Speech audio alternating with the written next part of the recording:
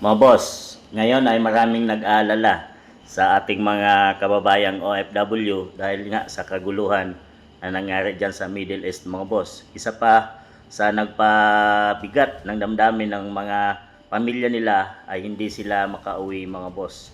So ito ating panoorin nyo dito mga boss kung sino talaga ang may tunay na malasakit at pagmamahal pagdating sa ating mga kababayang OFW. Ito yung legacy ni FPRRD at versus PBBM ngayon sa kasalukuyan mga boss. Ito. Who wants to come home? I said to Secretary Bellion, those who want to be repatriated, with or without money, I will ask PAL and Cebu Pacific to provide the transportation. I want them out of the country, those who want to go out in 72 hours. Magandang gabi, ating mga kababayan. Ikinalulungkot ko na meron po tayo natanggap na report na meron na pong casualty na Pilipino dito po sa gera na nangyayari sa Middle East. Na-report po sa atin ay namatay po ang isang Mary Ann Velasquez de Vera na tigang Pangasinan.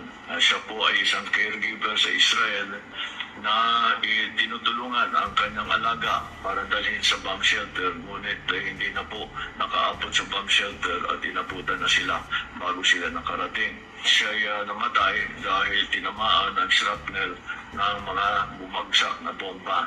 Na-identify na po siya ng kanyang asawa na isang OFW din na nagtatrabaho sa Israel. Lahat po ng tulong na kakailanganin ng kanilang pamilya ay ihahatid ng ating pamahalaan. Patuloy po ang ating pag-monitor sa kalagayan ng ating mga kababayan na nasa gitna nitong gera. Patuloy pa rin sa Middle East. Asahan po ninyo na pagka mayroon tayo may i-report, ay i-report ko po sa inyo kagad. Yung mga boss, ang pagkakaiba ng dalawang presidente ng ating bansang Pilipinas, ang kasalukuyan at ang nakaraan mga boss. Pagdating sa ganitong sitwasyon mga boss na may kaguluhan sa ibang bansa at naugnay ang ating mga kapakanan ng ating OFW ay mabilis at agaran yung kinakasang tulong agad ni FPRRD mga boss ay nagpalipad at kinausap niya agad yung Philippine Airline at yung Cebu Pacific mga boss para sa pagpapauwi, mabilisang pagpapauwi. Sinabi niya within 72 hours ay kailangan makauwi na ang lahat ng kababayang naipit sa kaguluhan mga boss na kababayan nating mga Pilipino. So ganun kabilis yung kanyang aksyong ginawa ni FPRRD. Samantalang si PBBM mga boss ay nag-report